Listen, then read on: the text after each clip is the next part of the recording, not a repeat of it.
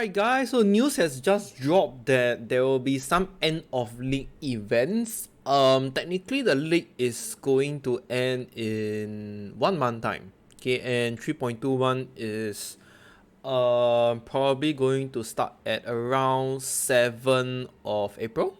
Yeah, I think that's the tentative date. They might change, I'm not sure. So just get prepared. Okay, nonetheless, I just want to go through the end of league events because I think it's quite cool. I haven't really read exactly everything, so let's go through. Yeah, so the first one is Ruthless with Gold. Okay, so basically what this means is they are going to implement gold currency, like when you play MMOs, you will have gold or just a simple one currency, right? So yes, this is a simple one currency gold where all the monsters will basically drop this gold and you can purchase items in the game with gold. Okay, gold coins. So there you go. You can see over here in Ruthless is gold. Monsters and chests drop gold coins which can be used to buy items for vendor. Then all vendor recipes throughout the game have been replaced by prices in gold coins. Okay, when you sell items to vendor, you receive gold coins rather than currency shards. Other Ruthless vendor recipes are unmodified. Okay, there may also be a few other users for gold which we'll describe closer to events launch. I am not sure what is this. Honestly, the only thing I can think of is like probably when you do labs or there's some entrance fee, alright? There's some entrance fee to do stuff and then you utilize these gold coins. Okay, gold coins are itemized like Perendus coins. So for those of you that does not know what is Perendus coins, it's actually a old league mechanic which they have removed already. And this used to be a mechanic or a content whereby you will collect these coins. There'll be monsters that drop these coins and there will be a merchant called, okay, I can't remember what's his name, but there'll be a merchant that sells random items, and this merchant actually does have a chance to contain stuff like Headhunter. Okay, and you can buy with the coins. Yes, it's really crazy last time. So yeah, this is like the coins, you just treat it as like similar to root markers. Okay, similar to root markers. Okay, in a party, gold coins you pick are shared between nearby party members. You can still find currency items at regular Ruthless drop rate. Gold coins are dropped in addition to regular currencies, meaning that in Ruthless with gold there is somewhat less item scarcity than full Ruthless. Oh, okay, so this is interesting. You can still find currency item with drop rates, gold coins drop in addition. Alright. Sanctum is not enabled. Okay, I don't think anybody want to do either. Otherwise, all the Ruthless rules apply. Okay, I think this is a very interesting concept. Like, you're bringing back the old MMO concept of simple loot. But the only thing that concerns me, right, for this event is only one thing.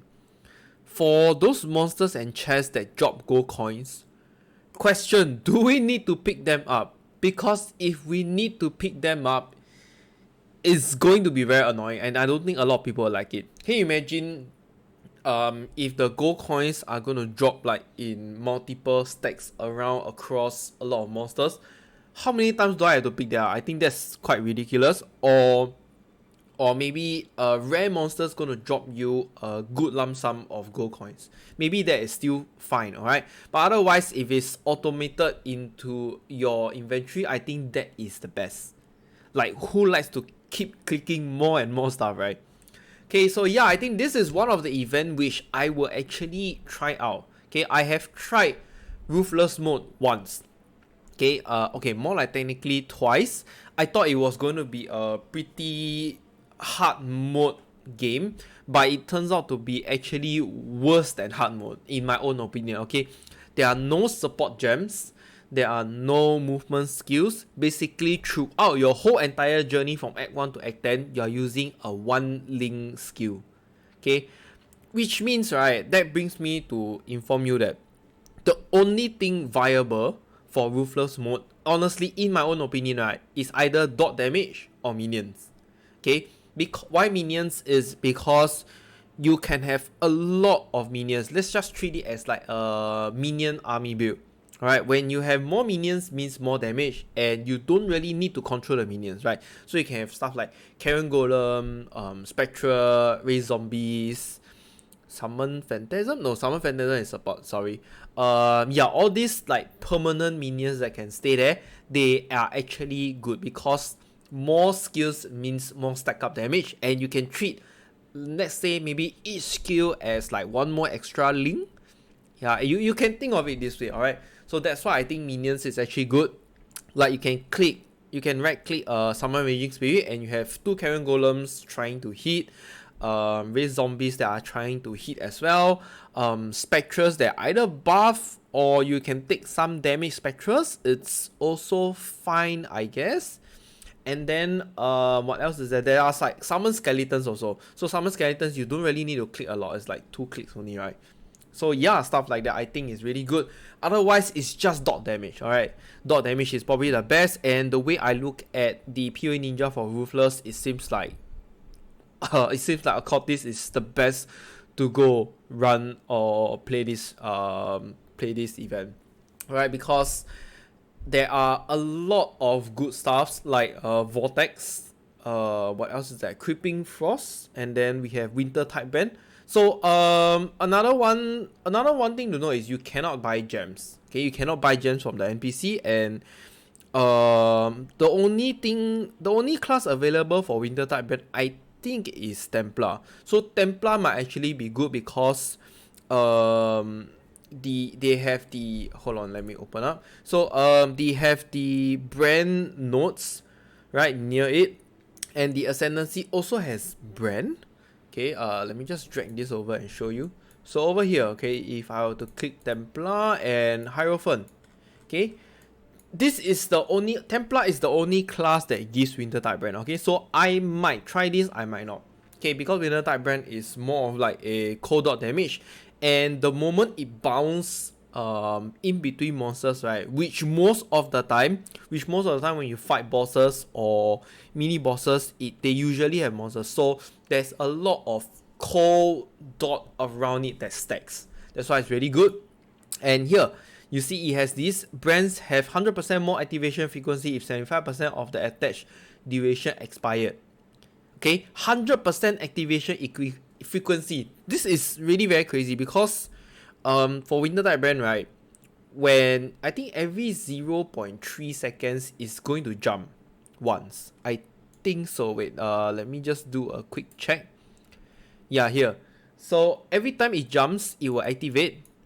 And this means, right, when it is below maybe like left 1 second, it's going to activate a lot of times, which is going to stack a lot of chilling areas and cold dot damage over there. Okay, and next, of course, we have this Conviction of Power. Just endurance charges is the main thing, alright? I don't think power charges does anything good. And then we have here Divine Guidance. This is actually, to me, this is actually what makes this build tanky. Okay, because we will not have any auras as well, so no determination, no grace, no auras whatsoever. I think only blood and sand. I think so, because it's required to activate some of the skills which they mentioned. So yes, if you want some defensive mechanics, right, honestly the only thing to go to is Mind Over Matter. Okay, Mind Over Matter with probably Agnostic if you can get it, and then a lot of mana regeneration. Yeah, that's literally like one of the best. Okay, so that's why it's really very good. I might actually try out Templar. And apart from that, yeah, this is all that actually you need to take note for Ruthless. It's actually really very hard with one link. I tried many other skills like Toxic Rain, Caustic Arrows, and even some single target, as in single hit skills like Freezing Pulse or something like that. It's just not as good. Okay, Toxic Rain, yes, not so bad. Poisonous Concoction, also not so bad, but otherwise the rest, other than dot damage, is just not good. Okay, and make sure that if you are playing it, make sure you reach until level 45. Okay, because here is the important part. You'll be able to earn 1 guaranteed Sanctum Mystery Box per account for reaching level 45 in Ruthless with gold. I can tell you actually this Sanctum Mystery Box I did not do an opening video, but I actually opened quite a bit of it and it's actually very nice, alright? So yes, make sure you have reached level 45 at least if you want to play it. Okay, I think level 45 is around end of Act 5 or Act 6, around there. Okay, so if you really want, otherwise I would strongly recommend to at least, you know, reach until level 70 if you are playing, because that's the end of Act 10. Alright, near the end of Act 10. Then you can do whatever you want with it. Alright, otherwise the rewards are just here. Is random draw. There's not really a lot, but you can try your luck. Okay, and the next event is actually this asynchronous group SSF event. Okay, so they say this one is a little bit complex to explain. Each week we have a special type of event. We have described below, blah blah blah. Okay, so week 2, basically the first week, the first event for this event is the friendly fire group, which means you will actually have to play in groups or play in a party. Alright, and then friendly fire is enabled, so you can basically kill your teammates. Alright, so stuff like maybe let's say you are playing Toxic Rain, right, and then he's playing something else, maybe Summon Raging Spirit. Okay, this Summon Raging Spirit can aggro your party members, and the Toxic Rain is going to deal chaos damage over time if your other teammate is going to walk through over it, and you can probably die very easily. I think that's the way how I see it, so it's very dangerous. However, I think this is not a once die event, so it's not indicated that it's HC over here, so I think it's still fine, just that it'll be annoying if you keep dying too much. Alright, so there you go. This event requires you to team up 2 to 4 other players and try to complete a campaign without killing each other too much. Note that with full friendly fire on, even your minions will attack. There you go. So I think this is really very interesting. I might probably play it with my friend as well. You can try it out. Okay, I'm not sure exactly what is the price, but oh, it's here. Okay, the prior for the event are exclusive trophies, statues that can be displayed in your hideout. Okay, so Legends hideout statue for group rank 1, blah blah blah. Oh, so there's only a specific group for it. Okay, and the second event is Krangle passive group.